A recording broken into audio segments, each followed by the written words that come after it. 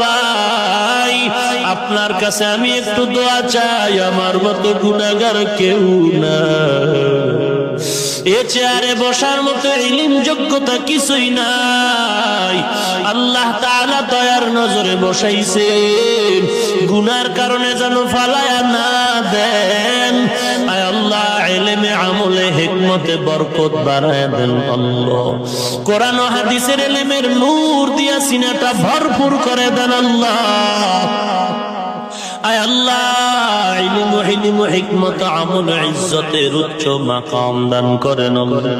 আয় আল্লাহ সকলের মোনাজাত নবীজির ওসিলায় কবুল করে নেন। মা বোনদের আবেদা বানায় দেন, ছেলে সন্তান দিনদার বানায় দেন। আয় আল্লাহ সুন্নতের আমলওয়ালা আশিক বানায় দেন আল্লাহ। সমস্ত মাদ্রাসাগুলো কবুল করে নেন, মসজিদগুলো কবুল করে নেন, এলাকার ঘরে ঘরে শান্তির ফয়সালা করে দেন। যারা ব্যবসা করে চাকরি করে সকলের কামাই রুজি লেখাপড়ায় বরকত বাড়ায় দেন আল্লাহ। আয় আল্লাহ সারা দুনিয়ায় শান্তির ফয়সালা করেন আল্লাহ। বিদেশের ঘরে যারা চাকরি ব্যবসা করে হেফাজত করেন আল্লাহ। এ বাংলার জমিন শান্তির জমিন বানায় দেন। ইসলামের জন্য দেশ রক্ষার জন্য যারা জীবন দিয়েছে তাদের মাফ করে দেন আল্লাহ। এখনো যারা চেষ্টা করে কবুল করে নেন। জালেম মুনাফিক দুশমন থেকে হেফাজত করেন আল্লাহ।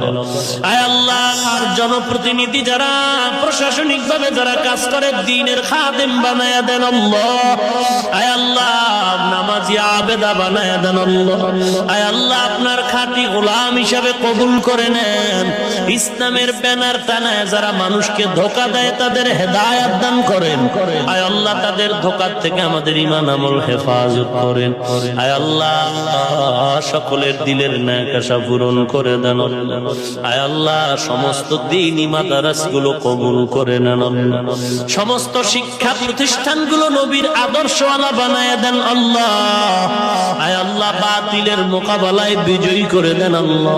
মিথ্যা মামলায় যারা জড়িত মুক্তির ব্যবস্থা করে দেন আল্লাহ। সকলের পেরেশানি দূর করে দেন।